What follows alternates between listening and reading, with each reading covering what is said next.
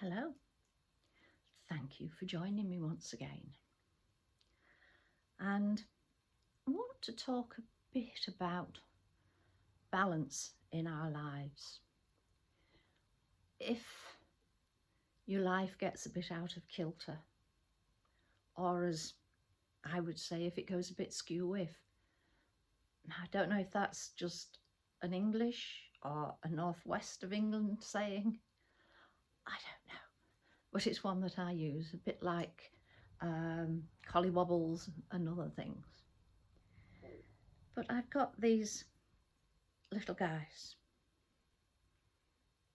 this dragonfly, who is perfectly balanced. Let me just tip him that way so you can see him. I used to have lots of these, but I've given them all away to clients. So I've only got this one and this one who's lost his tail. But you know, he can still balance at a rather precarious angle, but it doesn't matter that he's not what we would see as normal. He is still in there balancing, and good for him. So this skew-wiffery, how can it happen?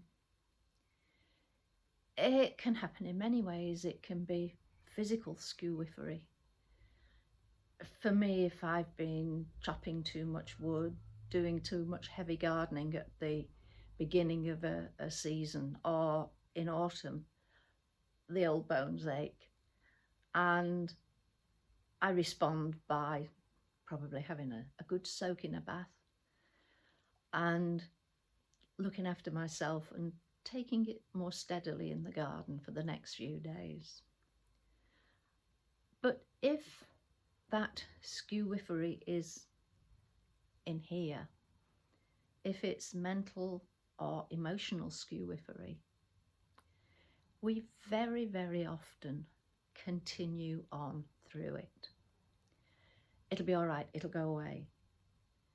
But you know, if you always do what you've always done, you always get what you've always got.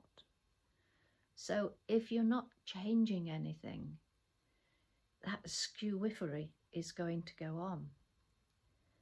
And this little guy, if you are tilting, he's hanging on, then he goes. Well caught. And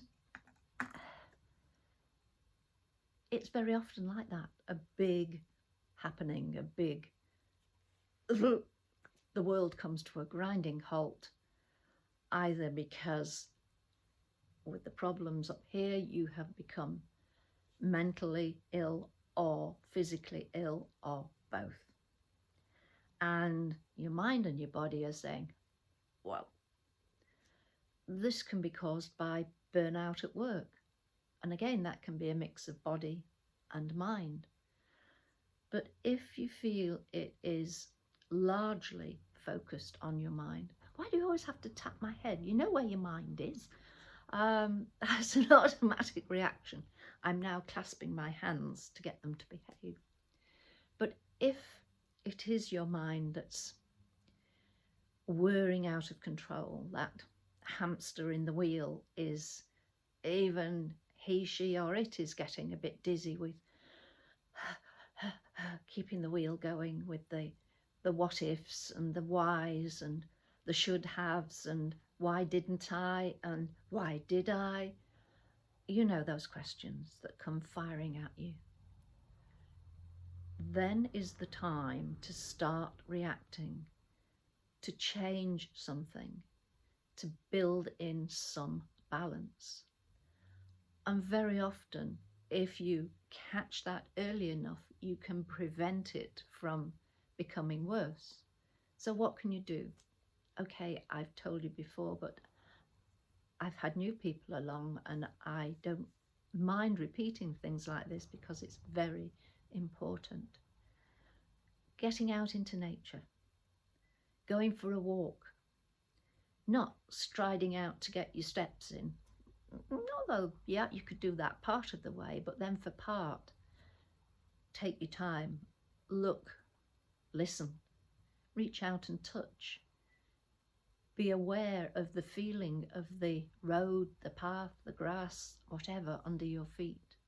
Just live in the moment. Allow yourself to be, rather than to be buzzing around like Billy-O. So that's one thing. But do things that you like. For me, it's being creative. For me, it's gardening. But for others, I've worked with people who have had some very strange things that they like to do to relax, and I will not share those with you. But whatever floats your boat. Just because I like crafting doesn't mean to say that everybody has to craft. But having said that, there's loads and loads and loads of crafts out there that you can try. Or try drawing, try painting. And it doesn't matter if you say, I can't do it. It really doesn't matter. It's being creative. Just draw lines across a page, any which way, and colour in, make patterns. Just go with the flow. And they do say that if you are right-handed, if you write things with your left hand, that helps to get it out. And it helps because I can't read whatever I've written with my left hand. So I think, well, it can't have been that important. I can't even read what it is. But do what you know helps you. And if you can't think of anything that helps you, now's the time to start finding it. Look for that toolkit that we've talked about before. Look for that so that you can retain that balance in your life and don't let it go skew with.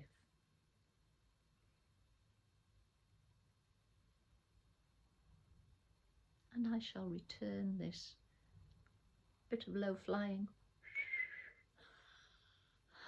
On that note, I think I'm losing the plot. So before I lose it completely, I will say thank you for joining me. Much appreciated. And take care. Look after yourself. Listen to your mind and your body. Be aware if you feel you're going down that slope. And notice how quickly it's going, so how quickly you need to respond. Take care. Speak to you soon. Bye for now. Bye.